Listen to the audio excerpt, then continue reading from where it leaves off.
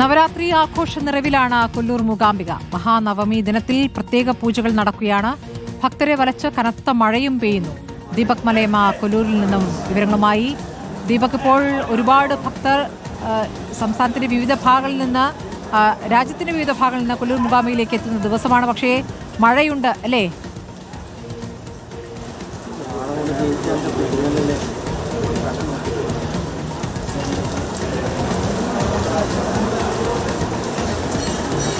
സ്മൃതി, അല്പം മുൻപാണ് മഴ ശക്തമായി പെയ്യുന്ന തരത്തിലേക്ക് കാര്യങ്ങൾ മാറിയിട്ടുള്ളത്. ഇന്ന് രാവിലെ മുതൽ തന്നെ ചാറ്റൽ മഴയുണ്ട്. എന്നാൽ പോലും അതിനെ വകവയ്ക്കാതെ തന്നെ നിരവധിയായ ഭക്തരാണ് ക്ഷേത്ര സന്നിധിയിലേക്ക് എത്തിയിട്ടുള്ളത്. ദേവതയുടെ ഐശ്വര്യം തേടിക്കൊണ്ട് മഹാനവമി, ഒപ്പം തന്നെ വിജയദശമി, അതിൻ്റെ ഏറ്റവും പ്രധാനപ്പെട്ട ചടങ്ങുകളുടെയൊക്കെ ഭാഗമാകുക എന്നുള്ളത് തന്നെയാണ് പ്രധാന ലക്ഷ്യമെന്ന് പറയുന്നത്. ഇനിയിപ്പോൾ ക്ഷേത്രത്തിൽ പൂജാകർമ്മങ്ങൾ നടക്കുകയാണ്.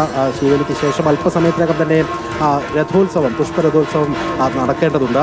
അതാണ് ഏറ്റവും പരമപ്രധാനമായ ഇന്നത്തെ നവമി ദിനത്തിലെ ചടങ്ങെന്ന് പറയുന്നത്. അതിനുവേണ്ടി രഥം അവിടെ അലങ്കരിച്ച് നിർത്തിയിരിക്കുന്നത് നമുക്ക് ദൃശ്യങ്ങളിൽ തന്നെ കാണാൻ സാധിക്കുന്നുണ്ട്. ഏറ്റവും ഭംഗിയായ രീതിയിൽ ദേവിയെ പുറത്തേക്ക് എഴുന്നള്ളിക്കുന്ന ഘട്ടത്തിൽ അത് ഏറ്റവും ഭംഗിയായിരിക്കണം എന്നുള്ള കാഴ്ചപ്പാടിൻ്റെ പുറത്തുകൂടിയാണ് ഇത്തരത്തിൽ പുഷ്പങ്ങൾ കൊണ്ട് അലങ്കരിച്ച് രഥം തയ്യാറാക്കി നിർത്തിയിരിക്കുന്നത്.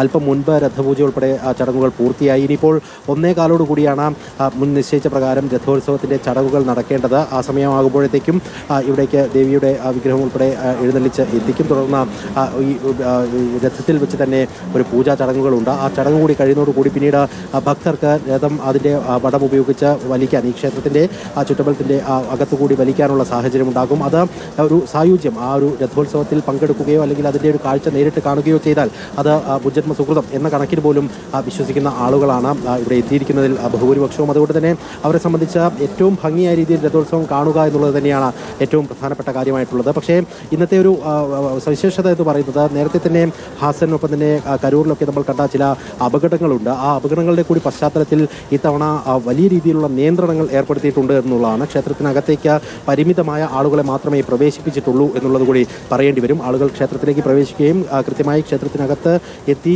ദർശനം പൂർത്തിയാക്കി പുറത്തേക്ക് പോവുകയും ചെയ്യേണ്ട സ്ഥിതിവിശേഷമുണ്ട്. ഒരു പരിധിവരെ ആളുകളെ ബാരിക്കേഡ് വെച്ച് ക്ഷേത്രത്തിന്റെ 4 ഭാഗത്തുമായി നിർത്തിയിരിക്കുകയാണ്. നേരത്തെയൊക്കെ നമ്മൾ കാണുന്ന കാഴ്ച എന്ന് പറയുന്നത്, രഥം വലിക്കുന്ന ഘട്ടത്തിൽ പൂർണ്ണമായും രഥത്തിന്റെ മുൻവശത്ത് ആളുകൾ തിങ്ങിക്കൂടി നിൽക്കുന്ന ഒരു സാഹചര്യം നമ്മൾ കാണാറുണ്ടായിരുന്നു. പക്ഷേ അപകട സാധ്യത കണക്കിലെടുത്തുകൊണ്ട് ഇത്തവണ അല്പം നിയന്ത്രണങ്ങൾ കൊണ്ടുവരേണ്ടി വന്നു. കൊല്ലൂർ മൂകാംബികയിൽ പെയ്തുകൊണ്ടിരിക്കുന്ന ഭക്തരെ അത് അല്പം ബുദ്ധിമുട്ടിലാക്കുന്നുണ്ട്. തത്സമയ വിവരങ്ങളാണ് ദീപക് മലയമ്മ നൽകുന്നത്.